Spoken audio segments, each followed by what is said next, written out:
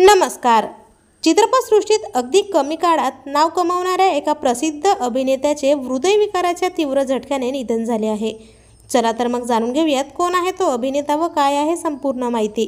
पण तत्पूर्वी वायन मराठी न्यूज या चॅनलला नक्की सबस्क्राईब करा, जेणेकरून मनोरंजन विश्वातील असेच नवनवीन व ताज्या घडामोडी तुमच्यापर्यंत सर्वात आधी पोहोचत राहतील.